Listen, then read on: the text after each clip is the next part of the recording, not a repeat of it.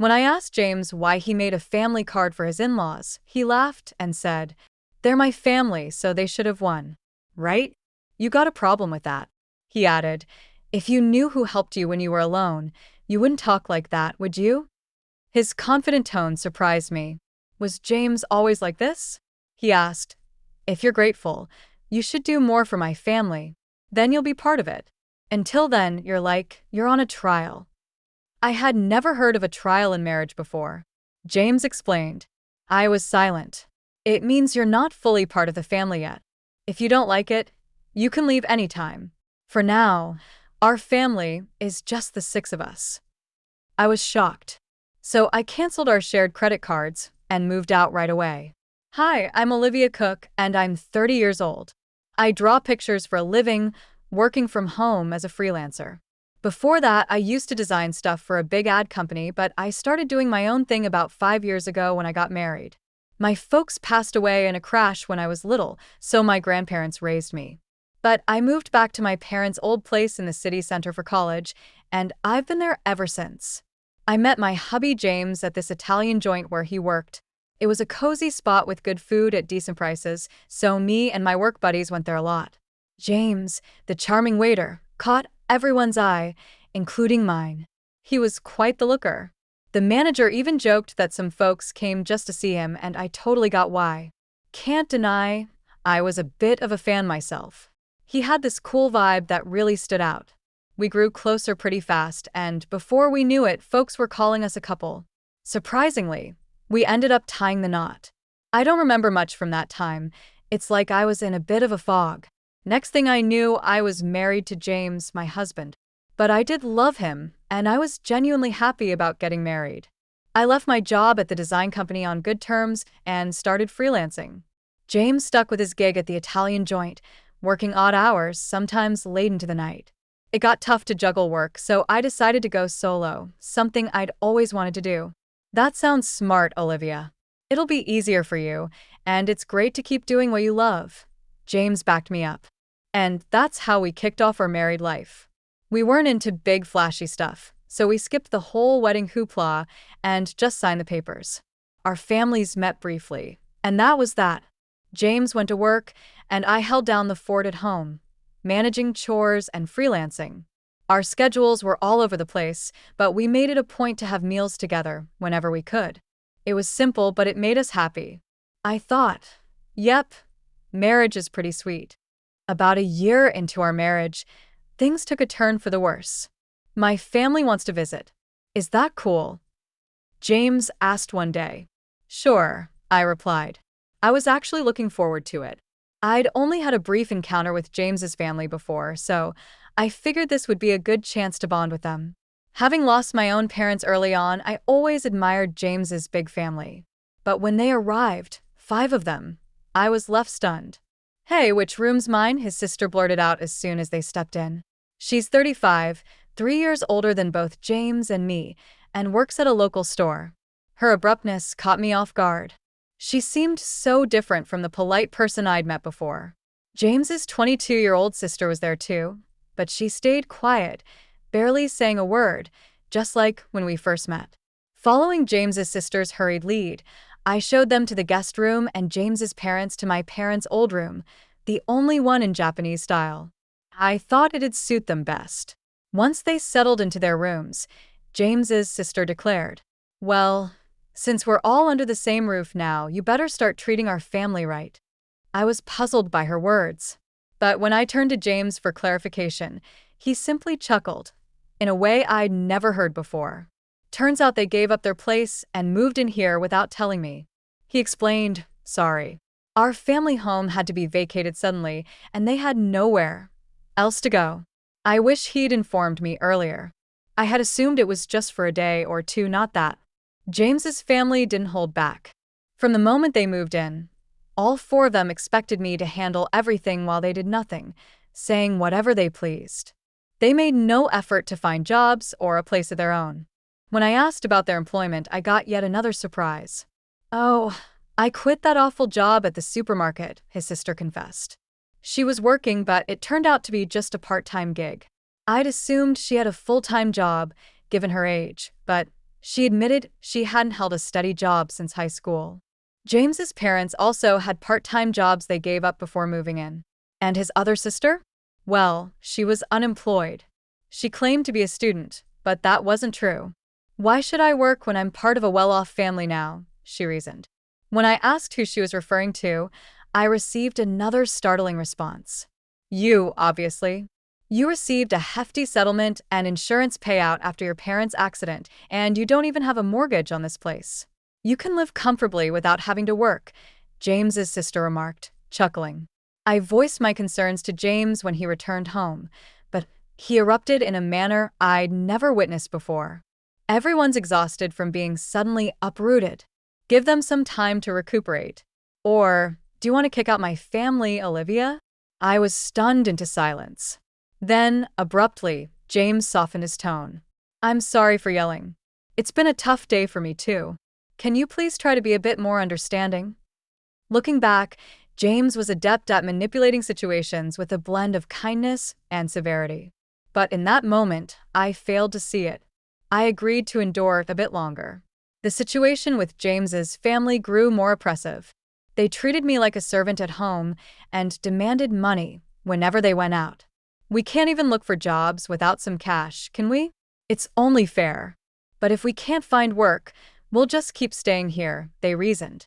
Reluctantly, I handed over some money, which they claimed to have used up, without any luck in the job hunt. I suspected they never even bothered to search, but pointing that out would only lead to accusations without proof.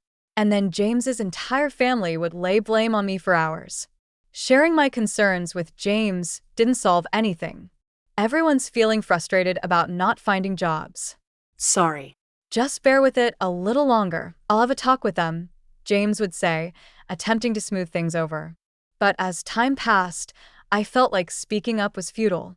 However, the frequency of their money requests gradually decreased. Perhaps because James had a word with them, so the issue seemed to resolve itself. Of course, the money I had given them was never returned. Then, after about 2 months of enduring the situation, I noticed something alarming. Why is the credit card bill so high? Could it be unauthorized charges? Quickly checking the statement, I found that all the expenses were made with family credit cards. The purchases ranged from food and drinks to books, games, and even luxury brand bags and clothing. Each purchase was assigned a number from 1 to 6, indicating that 6 family credit cards had been issued.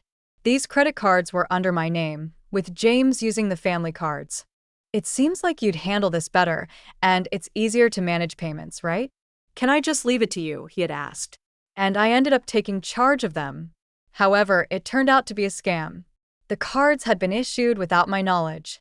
James and his family stopped requesting money because they could now make credit card payments and withdraw cash. When I confronted James about why he made family cards for his in-laws without consulting me, he chuckled and replied, "Well, you complain when they say they're broke. So what else could I do? Plus, you know who supported you when you were alone, right? Can you really speak like that to the important family of your benefactor?" His bold tone left me speechless, unlike anything I'd heard before.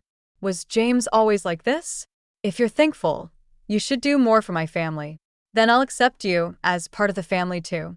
Until then, think of it like you're still in a trial period, he continued. I'd never heard of a trial period in marriage before. Seeing my silence, James pushed on. This means you're not officially part of the family yet. If you're not okay with it, you're free to leave anytime. Right now, it's just the 5 of us in our family. Useless freeloaders leave, he concluded. That's when I realized James's true character. I felt like all the color drained from my face. Stunned, I contemplated divorcing James. In fact, I began questioning why I even married him in the first place. At first, I was drawn to him simply because he was attractive. Like many other women, I was infatuated with his looks without any real reason. Then, on one occasion, when I went to the restroom, James approached me. You seem different, Olivia. Kind of mysterious. Sorry, I shouldn't say that to a customer, he said. I was taken aback but intrigued, and I found myself paying more attention to him over time. Maybe that was his strategy to make me like him. Looking back calmly, it all adds up.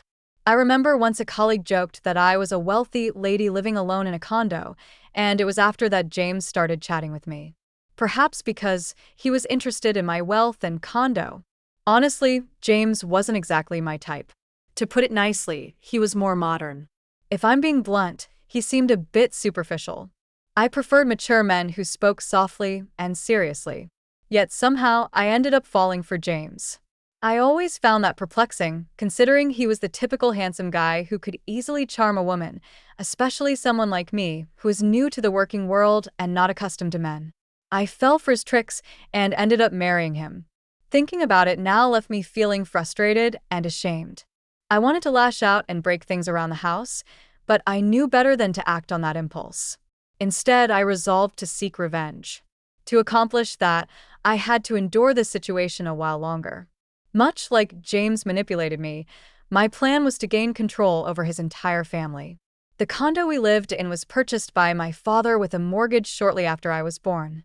It wasn't very costly back then, but with the rapid development of the area and the addition of a new shopping center nearby, it's now considered a luxury residence. My parents, hopeful for more children, invested in a spacious condo. That's why there was enough space, even with James's family moving in. However, despite its ample size, having James's family around proved to be a nuisance for me, especially while working from home. I endured it solely for the sake of revenge.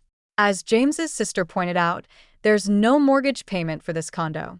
When I was 4, both of my parents tragically died in a car accident. They were returning from my paternal grandfather's funeral when they collided with a speeding car on the freeway. I was supposed to accompany them that day, but I had caught the flu that was circulating and had a high fever. Consequently, my maternal grandparents came to the condo where we resided with my parents to care for me, leaving me as the sole survivor. The mortgage payments were covered by the group credit life insurance, so the only housing costs I incurred were the management fees and property taxes. Upon seeing the amount, James proposed contributing just a bit more than that to our household expenses. Since there's no mortgage, if I pitch in that much, we should be able to manage with Olivia's income, right? We'll each use our own earnings for personal expenses. Sounds fair, doesn't it? He suggested. I agreed, thinking perhaps he had a point. Until then, I had been solely responsible for all expenses, so I believed his contribution would alleviate some of my burden. Looking back, it was naive of me. But at the time, I was blinded by my love for James and simply went along with whatever he proposed. James likely sees himself as the head of the household and the one providing for me, which is why he can so casually refer to me as a parasite. However, the reality was starkly different. I was the one footing most of the bills, covering expenses like utilities, groceries, social outings, and entertainment. Now, with 5 additional dependents in the household, managing with just my income was becoming impossible. I was eager to rid myself of this burden as soon as possible. But I feigned ignorance and endured it, gritting my teeth. I watched as James's family freely indulged in shopping sprees, reminding myself that I would have the last laugh. Then, 5 months after making the decision to divorce, the moment to take action finally arrived. I'm exhausted. It's time to make a choice.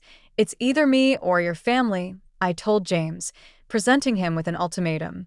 He was taken aback, but I pressed on without hesitation. None of your family members lift a finger to help around the house. They just dump all their chores on me. You know I work from home. I'm not idly passing the time. Yet they treat me like a freeloader and belittle me, claiming you're the one supporting me. I've had enough. I cried as I confronted James. His response was a smirk. Then you should leave. Didn't I warn you before? You're not truly part of this family yet. Giving up now means you haven't earned your place in it, he retorted. I feigned shock as I looked at him. What's surprising? If you can't tolerate my family, then it's you who must leave. And since I'm not to blame, I'll take this apartment as alimony, and I'll claim half of your savings as part of the property settlement. Ah, So that was his scheme all along. That's why his entire family had been hounding me, attempting to drive me away. I had suspected it, but hearing it, articulated so plainly, it still came as a shock. It was someone I had once loved and married. But thanks to this revelation, I made up my mind. Fine, I declared. resolved to divorce James. But this condo belongs to me, and I'm not at fault either. What did you say? The grounds for the divorce are your family moving in without my consent and your family disrespecting me, I asserted firmly to James.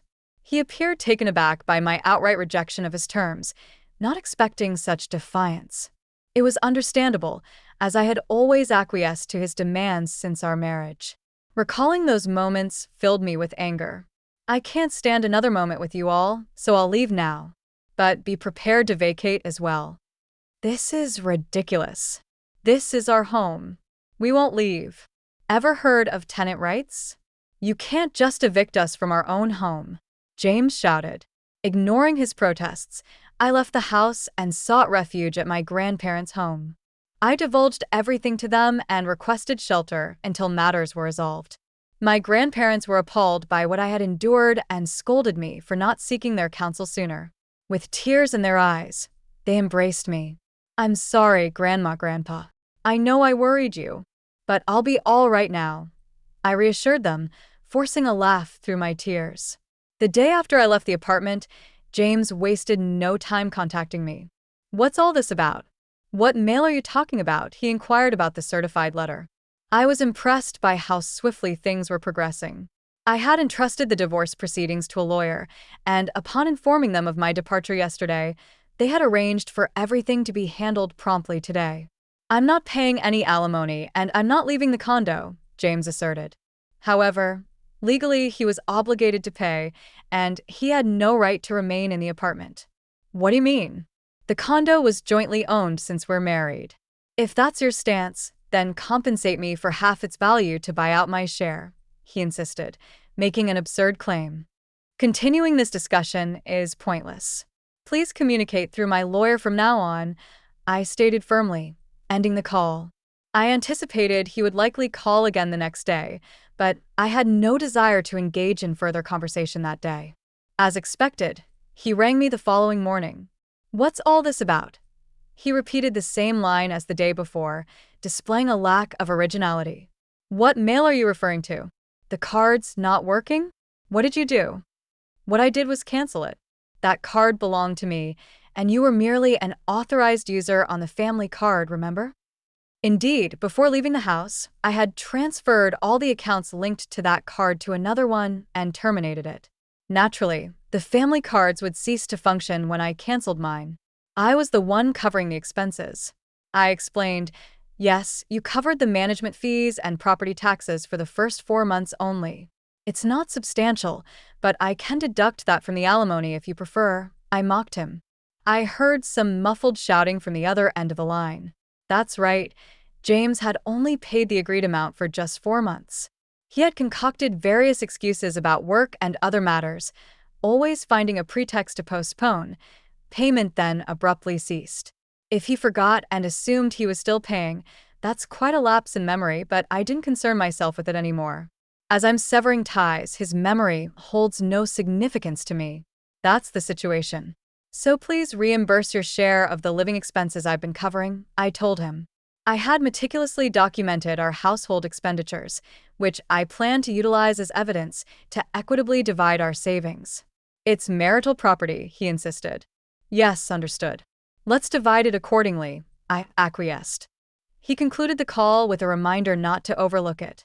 A few days later, he called again with the same inquiry. I realized they were not only deficient in memory, but also in vocabulary. What do you mean by division of shared property? Why is it 0? You must be swimming in cash from your parents' insurance and alimony, he alleged. So that's what they assumed. I patiently clarified that my pre-marriage savings were not part of the shared property, and since we had accumulated no joint savings during the marriage, it naturally amounted to 0. Don't accuse me of deceit. If you doubt my honesty, why not seek advice?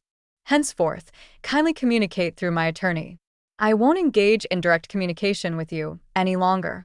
Farewell, I declared, then terminated the call and blocked James's number.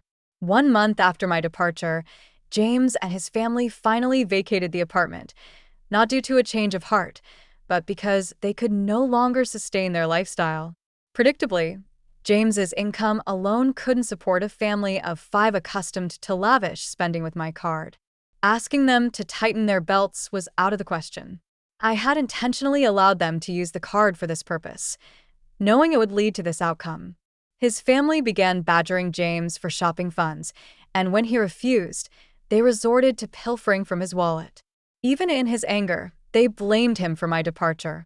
To compound their troubles, the utilities, electricity, gas, and water, were all disconnected. Of course, I had arranged for this, since I had no intention of returning. James attempted to have them swiftly reinstated by phone, but since the home was in my name, no one else could restore them if the owner had ordered the termination. During the scorching summer and early autumn, his scammy struggled to endure the sweltering heat and eventually vacated the condo. Their destination? I neither knew nor cared. James endeavored to persist until the end, but he ultimately capitulated due to the absence of electricity and the inability to bathe. The divorce proceedings progressed more rapidly than anticipated, not because James had a change of heart, but because of his blunders. He betrayed our marriage by pursuing someone else, perhaps assuming he could swiftly remove me from the picture. He even boasted about owning a luxurious downtown apartment, using it as bait to attract younger women. It's astonishing he engaged in such behavior with his family present, but it wasn't out of character for him. So they turned a blind eye. Prior to departing, I had discreetly installed cameras throughout the house, capturing all the evidence. Perhaps he underestimated me, but his disrespect was undeniable. He brought his family into my home without consent, racked up expenses on a family card, left me with the bill, owed me, and engaged in infidelity.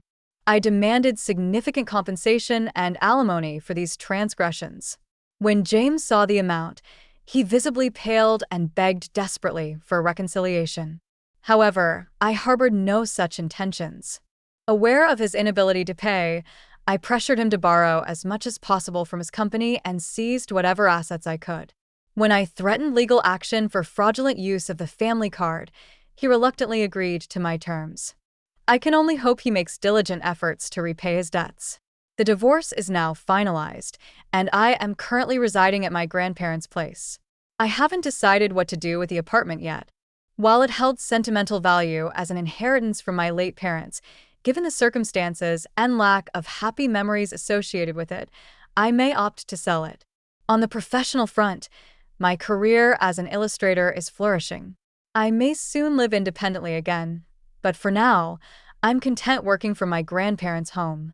I'll continue to rely on their support for a little while longer before forging ahead with renewed determination.